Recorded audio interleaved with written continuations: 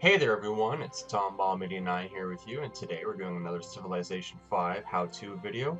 Today's topic is the analytics and menus that you can use.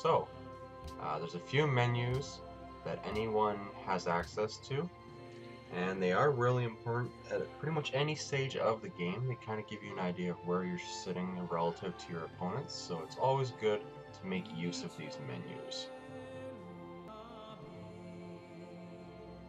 Alright, so here we go.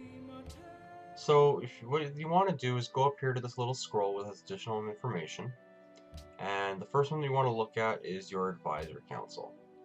Now, the main one you need to be concerned with is the military advisor. This guy is useful because he's going to tell you the size of your army and the strength of your army relative to each of your opponents. So, as long as you've met them, it'll be able to give you an idea of where you stand. So, for example, the Moroccan Empire wields an army that can wipe us off the planet. Same with the Ethiopians, Persians, and the Koreans. However, the Indian Empire isn't as strong as us, but they might be sensitive about it. And the Hunnic Empire is stronger than us in terms of military, but they're not about to wipe us off the planet. So it gives you an idea of basically where you stand based on your opponents. It doesn't include factors like, say, for example, how I have the Great Wall, though. So even if people did come to attack me, it's going to be harder to conquer my cities. Now, the other one that is of use would be the Economic Advisor, and it's not typically this one right here. You want to scroll in a few. So it's going to give you an idea of different trades you can make. So, for example, um, someone's probably looking for horses for them to bring that up, because otherwise there's no real reason to have that. It's going to talk about exploring the world, growing and improving. So, um, it's going to do things that are basically straightforward. It's more or less telling you how to play the game, but it's still of more use than, say, the Foreign Advisor. Um,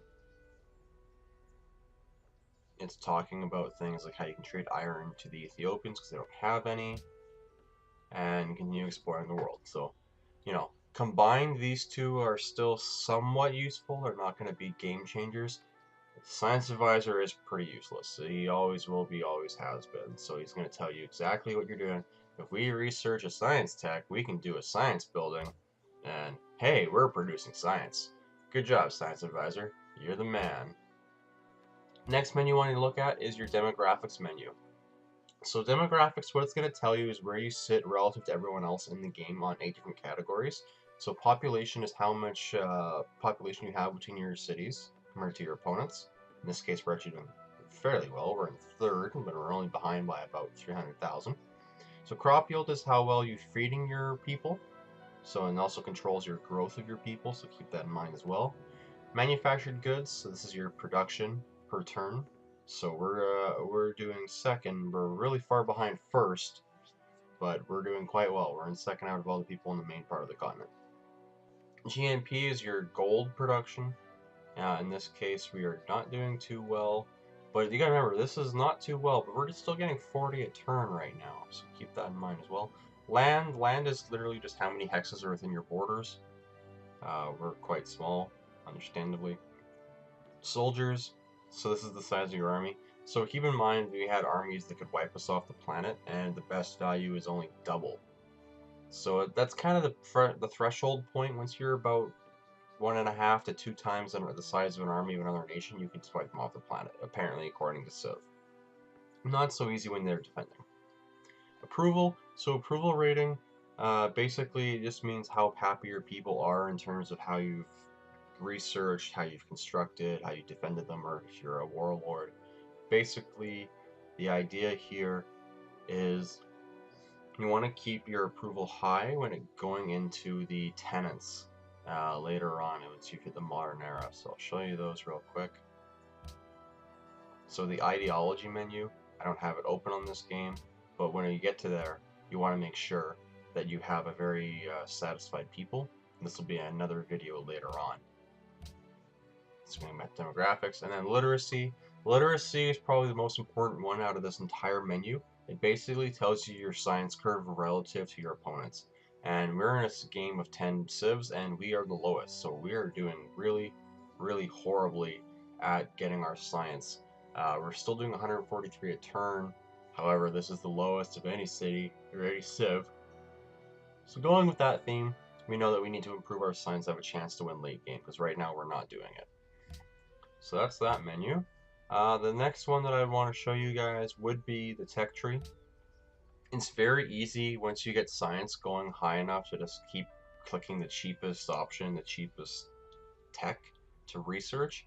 However, you really need to keep in mind what you need to research in order to unlock some things. So if you're doing a science-based reach, obviously you're going poverty writing, and then you want to make sure that you jump right to education to get the production as well as the Oxford University and universities. So the fastest way to do that, you're going to be unlocking pottery writing, philosophy drama, theology, and educate. And then you also have to do, let's see here, you have to do animal husbandry, trapping, horseback riding, civil service. You might also have to do currency to get civil service. So that's exactly what you mean. You have to be very mindful of what you're going to do in order to get different technologies. So in order to do that, always make sure that you're researching what's required before you start just slapping your research onto any old policy.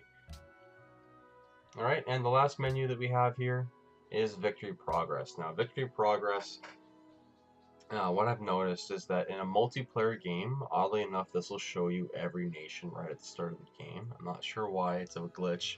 Gotta fix that, Civ. But other than that, the science, it's going to show you when you open it up how everyone's doing. It's not going to show you their ability to research the space program. It's only going to show yours when you go back.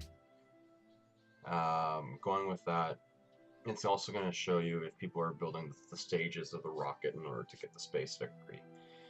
Diplomatic, so again, this is basically getting people to vote for you. So you're going to be using either city-states in your cities and being the host in order to get delegates to vote and enact policies across the world.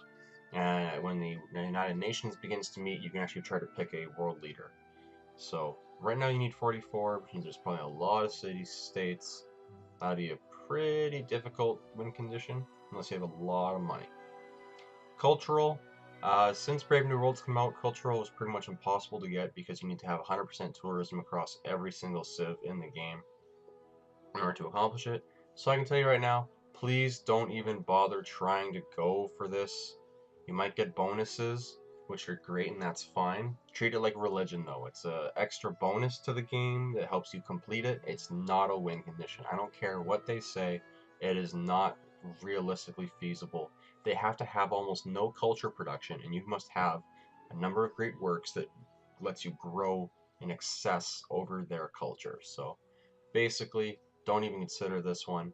Like right now, I'm on turn 245 and I'm only 21% influential over the Huns with 4 great works, which really means nothing because the Huns are not a culture-based civ. So again, please disregard this one. And then obviously the time victory is just the number of turns. So whoever's got the highest score at the end of the number of turns that you set, if you set that, they're the winner. Shocking. So that's it. If you have any questions or comments, please leave them in the section below. And other than that, thanks for watching.